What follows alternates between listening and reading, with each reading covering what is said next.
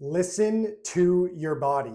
If I would have listened to my body, I probably would have saved my hairline. Hey everyone, welcome back to Strong Wellness. In today's video, we're diving into something I never thought I'd be talking about, and that's how ashwagandha, a supplement that's supposed to help with stress, actually triggered a huge setback in my health journey, and it nearly costed me all of my hair. So if you suffer from autoimmune conditions like psoriasis, this is one you'll probably want to stick around for. Just so we know what we're talking about today, we're talking about ashwagandha, and that's also known as Withanania sophroniera. I believe I'm pronouncing that correctly. And it's a powerful herb used for over 3,000 years in Ayurvedic medicine. Again, don't know if I'm pronouncing that correctly, but it's traditionally known for its ability to promote vitality, reduce stress, and improve overall well-being. So people today take it for everything from anxiety and fatigue to improving focus, libido, and even gym performance. That's one of the reasons I take it. I wanted to improve my performance in the gym and just have more mental clarity and feel better. So I decided to take it myself, which I'll explain more about my experience later in this video. But if you didn't know, ashwagandha is considered an adaptogen. So what does that actually mean? Adaptogens are natural substances. They're believed to help the body adapt to stress and maintain balance or homeostasis, which is pretty much your body's equilibrium, keeping, not being too high, not being too low. So at the end of 2023, I came across ashwagandha during a deep dive into stress-reducing supplements. I was intrigued by the research, testimonials, even books that swore by its benefits. So like anyone would, I started taking it. I went to Shoppers Drug Mart and I found it on the shelf and I bought it. And just one capsule a day to start, like anybody should normally do. And that's what it said on the bottle, to take one capsule per day. So I did notice some benefits, better sleep, slightly calmer moods, but then I got pretty impatient. I wanted more of those benefits and I wanted them faster. So I did what a lot of type A personalities do. I upped the dose, and don't do that. But one capsule became 2, then 3 to 4 per day. And that's where I made a huge mistake. So as someone who deals with psoriasis, I've learned over time how sensitive my immune system can be. But after a few weeks on high doses of ashwagandha, I noticed things going downhill fast. My skin flared up, my scalp became inflamed. I even started losing my hair. It was extremely alarming.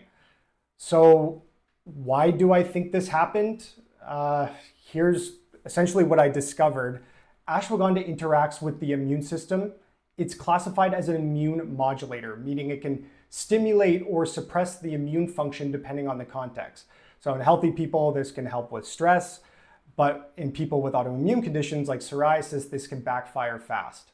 And in my case, large doses of ashwagandha may have overstimulated my immune system, and psoriasis is driven by an overactive immune response, especially involving T cells, and I believe it's called cytokines, but I will fact check myself there. But some studies suggest that ashwagandha can increase white blood cell activity and immune signaling, which could have triggered or intensified my autoimmune reaction. Also, when stress is suddenly shut off too hard or too fast, your body sometimes rebounds by overcorrecting. So that's another possible mechanism for the flare-ups and why I experienced that myself. So what did I learn from all of this? It was a massive lesson for me. Even like natural supplements can have powerful effects and side effects, especially when you're dealing with chronic conditions like psoriasis. More is not better. You have to respect your body's balance and work with it, not trying to force quick results, which I did. And since then, I've scaled way back. I stopped ashwagandha for a long period of time, but I've reintroduced it into my diet properly, taking one pill a day, and my psoriasis hasn't flared up. If you're oversensitive, I would suggest steering away, but it works for me in low doses or in normal doses. So what are the big takeaways here?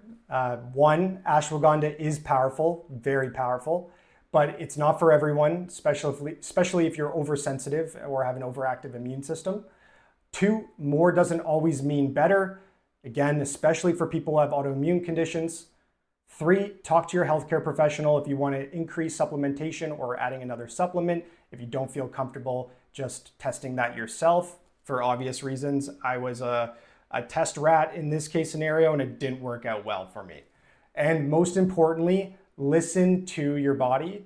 If I would have listened to my body sooner, I probably would have saved my hairline a little bit more than it is now, but I'm lucky that I still have hair and I'm growing it back with the help of L-reuteri and Saccharomyces and improving my gut health. So make sure you do that. So thanks for watching. This is Strong Wellness. If you found this helpful or if you have your own story about ashwagandha, please feel free to mention it and drop it in the comments. Like, subscribe, and I'll see you in the next video. Peace.